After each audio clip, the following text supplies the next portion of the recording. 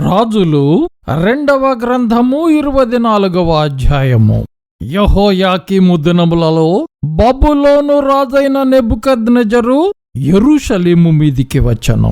యెహోయాకీము అతనికి దాసుడై 3 ఏండ్లు సేవ చేసిన తరువాత అతని మీద తిరుగుబాటు చేయగా యెహోవా అతని మీదికిని తన సేవకులైన ప్రవక్తల ద్వారా తాను సెలవిచ్చిన మాట చొప్పున యూదా దేశమును నాశనము చేయుటకై దాని మీదికిని కల్దీయుల సైన్యములను, సిరియనుల సైన్యములను, మోయాబీయుల సైన్యములను, అమ్మోనీయుల సైన్యములను రప్పించెను. మనష్షే చేసిన క్రియలన్నిటిని బట్టియు అతడు నిరపరాధులను హతము చేయుటను బట్టియు యూదా వారు యెహోవా సముఖము నుండి పారదోలబడునట్లుగా ఆయన ఆజ్ఞ వలన ఇది వారి మీదికి వచ్చెను. అతడు నిరపరాధుల రక్తముతో యెరూషలేమును నింపినందున అది క్షమించుటకు యెహోవాకు మనస్సు లేకపోయెను. యెహోయాకీము చేసిన ఇతర కార్యములను గూర్చియు అతడు జరిగించిన దానినంతటిని గూర్చియు యూదా రాజుల వృత్తాంతముల గ్రంథమందు వ్రాయబడియున్నది. యెహోయాకీము తన పితరులతో కూడా నిద్రించగా అతని కుమారుడైన యెహోయాకీను అతనికి మారుగా రాజాయను.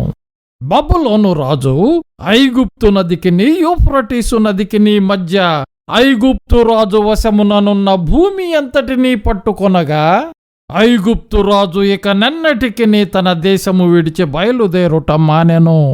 యెహోయాకీము ఏలనారంభించినప్పుడు 18 ఏండ్ల వాడై యెరూషలేము నందు 3 మాసములు ఏలెను.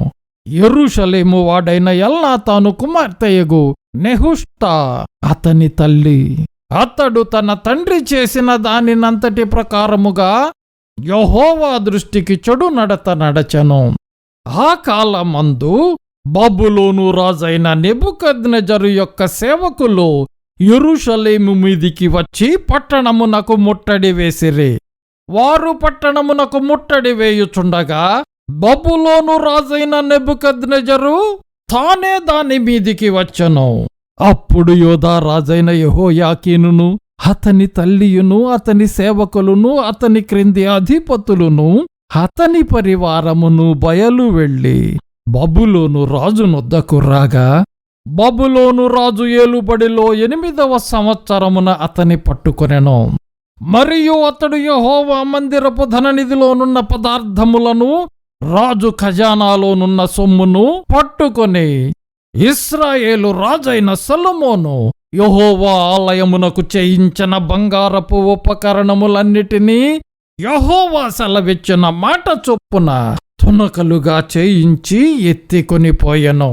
అదియుగాక దేశపు జనులలో అతి బీదలైన వారు తప్ప మరి ఎవరునూ లేకుండా యెరూషలేము పట్టణమంతటిలోనున్న అధిపతులను, పరాక్రమశాలులను 10,000 మందిని, వీరుగాక కంసాలి వారిని, కమ్మవారిని చెరతీసుకొనిపోయెను.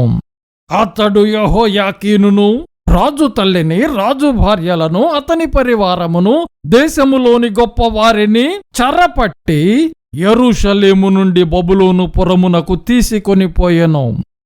7,000 మంది పరాక్రమశాలులను, 1000 మంది కంసాలి వారిని, కమ్మరి వారిని, యుద్ధమందు తేరిన శక్తిమంతులనందరినీ బబులోను రాజు చెరపట్టి బబులోను పురమునకు తీసుకొని వచ్చెను.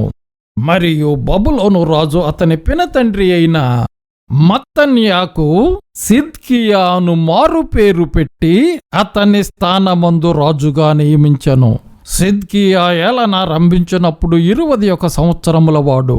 అతడు యెరూషలేమునందు 11 సంవత్సరములు ఏలెను. అతని తల్లి లిబ్నా ఊరివాడైన ఇర్మియా యొక్క కుమార్తెయగు హమూటలు. యెహోయాకీము యొక్క చర్య అంతటి చొప్పున సిద్కియా యెహోవా దృష్టికి చెడు నడత నడిచెను. యూదా వారి మీదను యెరూషలేము వారి మీదను యెహోవా తెచ్చుకొనిన కోపమును బట్టి తన సముఖములో నుండి వారిని తోలివేయుటకై బబులోను రాజు మీద సిద్కియా తిరుగబడెను. రాజులు 2వ గ్రంథము 25వ అధ్యాయము. అతని ఏలుబడిలో 9వ సంవత్సరమందు 10వ మాసము 10వ దినమందు బబులోను రాజైన నెబుకద్నెజరును అతని సైన్యమంతయును యెరూషలేము మీదికి వచ్చి దానికెదురుగా దిగి దాని చుట్టూను మొట్టడి దెబ్బలు కట్టిరి. ఈ ప్రకారము రాజైన సిద్కియా ఏలుబడి యందు 11వ సంవత్సరము వరకు పట్టణము ముట్టడి వేయబడి ఉండగా 4వ నెల 9వ దినమందు పట్టణములో క్షామము అఘోరమాయను. దేశజనులకు ఆహారము లేకపోయెను. కల్దీయులు పట్టణ ప్రాకారమును పడగొట్టగా సైనికులు రాత్రియందు రాజు తోట దగ్గర 2 గోడల మధ్యనున్న ద్వారమార్గమున పారిపోయిరి. అయితే కల్దీయులు పట్టణము చుట్టూ ఉండగా రాజు మైదానమునకు పోవు మార్గమున వెళ్ళిపోయెను. కల్దీయుల సైన్యము రాజును తరిమి అతని సైన్యము అతనికి దూరముగా చెదిరిపోయినందున యెరికో మైదానమందు అతని పట్టుకొనిరి. వారు రాజును పట్టుకొని రిబ్లా పట్టణమందున్న బబులోను రాజునొద్దకు తీసుకుని పోయినప్పుడు రాజు అతనికి శిక్ష విధించెను. సిద్కియా చూచుచుండగా వారు అతని కుమారులను చంపించి సిద్కియా కన్నులు ఊడదీయించి ఇత్తడి సంకెళ్లతో అతని బంధించి బబులోను పట్టణమునకు తీసుకొని పోయిరి. మరియు రాజైన నెబుకద్నెజరు ఏలుబడిలో 19వ సంవత్సరమందు 5వ నెల 7వ దినమున రాజదేహ సంరక్షకులకు అధిపతియు బబులోను రాజు సేవకుడు నగు నెబూజరదాను యెరూషలేమునకు వచ్చి యెహోవా మందిరమును రాజనగరును యెరూషలేమునందున్న ఇండ్లన్నిటినీ గొప్పవారి ఇండ్లన్నిటినీ అగ్నిచేత కాల్పించెను. మరియు రాజదేహ సంరక్షకుల అధిపతి యొద్దనున్న కల్దీయుల సైనికులందరూ యెరూషలేము చుట్టూనున్న ప్రాకారములను పడగొట్టిరి. పట్టణమందు మిగిలియుండిన వారిని, బబులోను రాజు పక్షము చేరిన వారిని, సామాన్యులలో శేషించిన వారిని రాజదేహ సంరక్షకుల అధిపతి అయిన నెబూజరదాను చెరగొనిపోయెను గాని వ్యవసాయదారులను ద్రాక్ష తోటవారును ఉండవలెనని దేశపు బీద జనములో కొందరిని ఉండనిచ్చెను. మరియు యెహోవా మందిరమందున్న ఇత్తడి స్తంభములను మట్లను యెహోవా మందిరమందున్న ఇత్తడి సముద్రమును కల్దీయులు తునకలుగా కొట్టి ఆ ఇత్తడిని బబులోను పట్టణమునకు ఎత్తికొనిపోయిరి. సేవ కొరకై ఉంచబడిన పాత్రలను, చేటలను, ముండ్లను, ధూపార్తులను, ఇత్తడి ఉపకరణములన్నిటినీ వారు తీసుకొనిపోయిరి. అగ్ని పాత్రలు, గిన్నెలు మొదలైన వెండి వస్తువులను, బంగారు వస్తువులను రాజదేహ సంరక్షకుల అధిపతి తీసుకొనిపోయెను. మరియు అతడు యెహోవా మందిరమునకు సొలొమోను చేయించిన 2 స్తంభములను, సముద్రమును, మట్లను తీసుకొనిపోయెను. ఈ ఇత్తడి వస్తువుల ఎత్తు లెక్కకు మించియుండెను. ఒక్కొక్క స్తంభపు నిడివి 18 మూరలు. దాని పైపీట ఇత్తడిది, పైపీట నిడివి 3 మూరలు. మరియు ఆ పైపీట చుట్టూ ఉన్న అల్లికలును, దానిమ్మ పండ్లును ఇత్తడివి.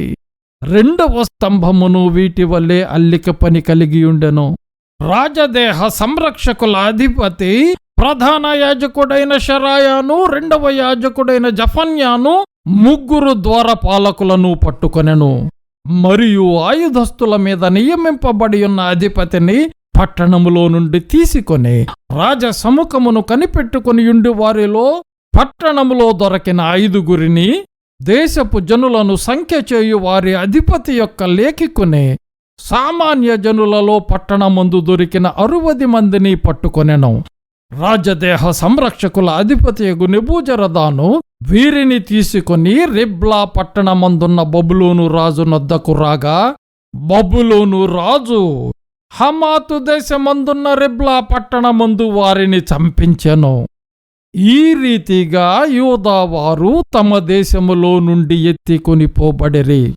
బబులోను రాజైన నెబుకద్నెజరు యూదా దేశము మీద ఉండనిచ్చిన వారి మీద అతడు షాఫానునకు పుట్టిన అహీకాము కుమారుడైన గెదల్యాను అధిపతిగా నిర్ణయించెను.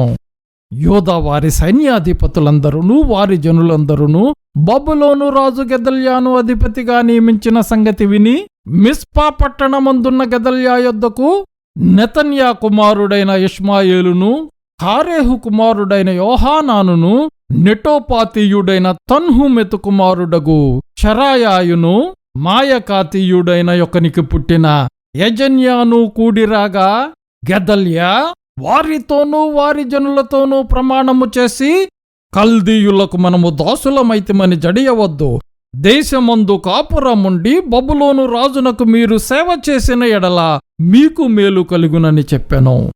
అయితే 7వ మాసమందు రాజవంశజుడగు ఎలీషామాకు పుట్టిన నెతన్యా కుమారుడైన ఇష్మాయేలు 10 మంది మనుష్యులను పిలుచుకొని వచ్చి గెదల్యా మీద పడగా అతడు మరణమాయెను. మరియు మిస్పాలో అతని యొద్దనున్న యూదులను కల్దీయులను అతడు హతము చేసెను. అప్పుడు కొద్దివారేమి గొప్పవారేమి జనులందరూను సైన్యాధిపతులను లేచి కల్దీయుల భయము చేత ఐగుప్తు దేశమునకు పారిపోయిరి. యోదా రాజైన యెహోయాకీను చెరలో ఉంచబడిన 37వ సంవత్సరమున 12వ నెల 27వ దినమున బబులోను రాజైన ఎవీల్మెరోదకు తాను ఏలనారంభించిన సంవత్సరమందు బందీ గృహములో నుండి యోదా రాజైన యెహోయాకీనును తెప్పించి అతనితో దయగా మాటలాడి అతని పీఠమును బబులోనులో తన యొద్దనున్న రాజుల పీఠముల కంటే ఎత్తు చేసెను. కాగా అతడు తన బందీ గృహ వస్త్రములను తీసివేసి వేరు వస్త్రములను ధరించుకొని తాను బ్రతికిన దినములన్నీయు రాజు సన్నిధిని భోజనము చేయుచూ వచ్చెను. మరియు అతని భత్యము ఏనాటికి ఆనాడు రాజు చేత నిర్ణయింపబడినదై అతడు బ్రతికినన్నాళ్ళు ఆ చొప్పున అతనికి ఇయ్యబడుచుండెను.